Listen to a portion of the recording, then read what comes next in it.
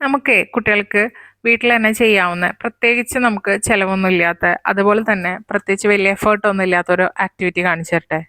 ഇവിടെ നമുക്ക് എപ്പോഴും ഇങ്ങനെ ഓഫർ പേപ്പേഴ്സ് അവൈലബിൾ ആയിരിക്കും. അപ്പോൾ ഇതിൽ നമുക്ക് വേണ്ടത് എന്താ വെച്ചാൽ ഇങ്ങനത്തെ പേപ്പേഴ്സ് അല്ലാന്നുണ്ടെങ്കിൽ ന്യൂസ് പേപ്പർ ആയാലും മതി.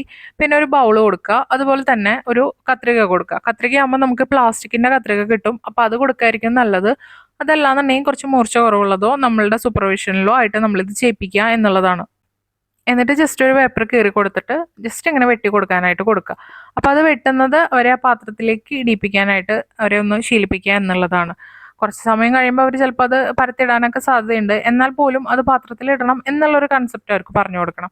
അതല്ലാതെ ഇങ്ങനെ വെട്ടണം എങ്ങനെ വെട്ടണം അതൊന്നും പറഞ്ഞു കൊടുക്കണ്ട. അവരവരുടെ ഇഷ്ടത്തിന് ചെയ്യുക എന്നതാണ്. അപ്പം ഇതിൽ നമുക്ക് കൈകളുടെ മൂവ്മെന്റ് നന്നായിട്ട് വരുന്നുണ്ട്. കത്രിക പിടിക്കാൻ ഉള്ളൊരു അവർക്ക് ഒരു മസിൽ ഡെവലപ്മെന്റ് വരും. അപ്പോൾ അത് നമുക്ക് പെൻസിൽ ഗ്രിപ്പിനൊക്കെ ഒരുപാട് ഹെൽപ്പ് ചെയ്യുന്ന ഒരു കാര്യമാണ്.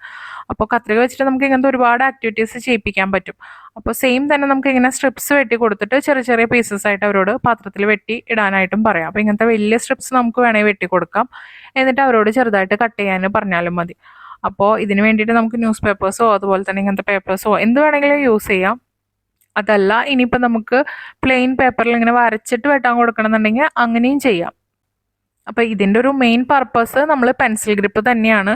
അതായത് പെൻസിൽ പഠിക്കാൻ എഴുതിപ്പിക്കുന്നതിന് മുമ്പായിട്ട് നമ്മൾ കത്രിക കൊടുത്ത് ശീലിപ്പിക്കുകയാണെന്നുണ്ടെങ്കിൽ കുട്ടികൾക്ക് കുറച്ചും കൂടി അത് ഈസി ആയിരിക്കും.